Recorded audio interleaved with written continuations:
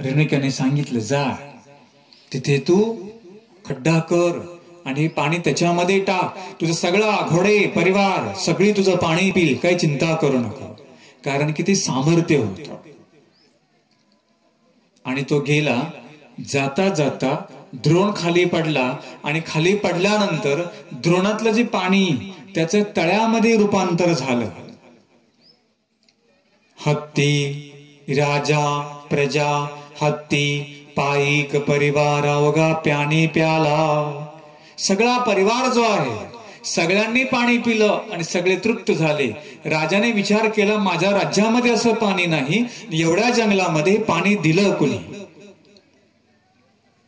राजाच्या मनामध्ये विचार आला, जर ते पाणी देऊ शकतात तर ते भोजन पण देतील. सैनिकाला पुन्हा पाठवलं आणि सांगितलं, जा त्यांना तू जेवण माग.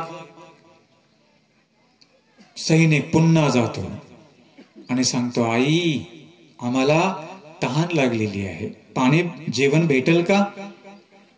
तिने सांगितलं, काही हरकत नाही, तुम्ही संध्या स्नान करा, तुम्ही आंघोळी करून या, मी तुम्हाला पाणी देते.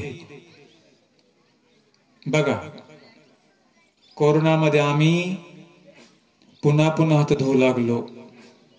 कशामुळे?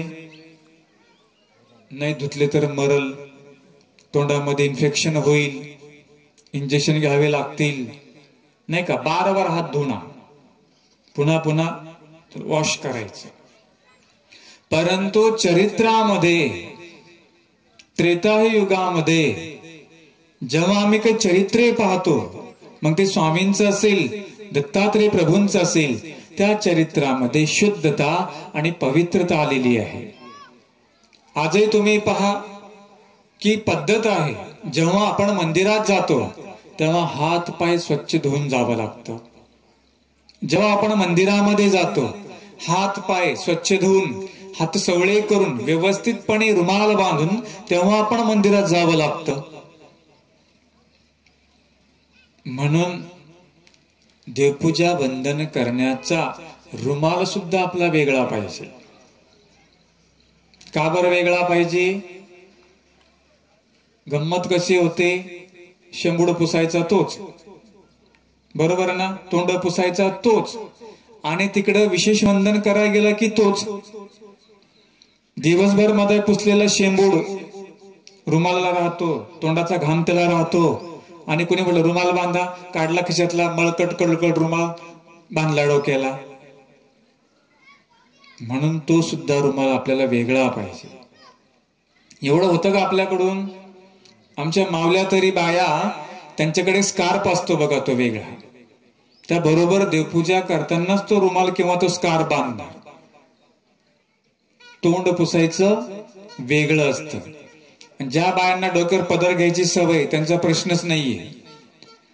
असा एक नियम आहे की आपली दुर्गंधी त्या रुमालाची त्या स्थानाला, त्या विशेषाला नाही गेली पाहिजे. हे वाजू नको रे, कोण वाजवतंय रे, ते बंद करते, ते वाजवायचं बंद कर. ते विकणाऱ्यांना 2 दिवस जरा बंद करा म्हणा, 16 तारखेला दुकान उघडा पिपाण्यावाल्यांचे.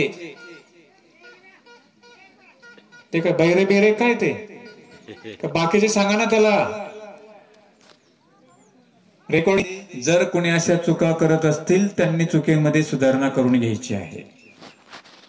डोक्याला रुमाल का बरं बांधावा? एक संस्कृती आहे.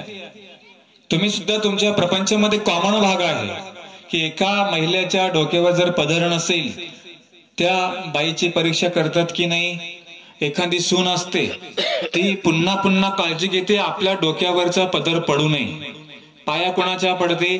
सासू सासऱ्यांच्या, देरांच्या, भावजांच्या पाया पडते, पण डोक्यावरचा पदर नाही पडला पाहिजे. किती काळजी घेते. जर आपण तिथे एवढी काळजी घेतो तर मग स्थान वंदन करताना, विशेष वंदन करताना आपण स्वच्छ होऊनच मंदिरामध्ये गेलं पाहिजे की नाही.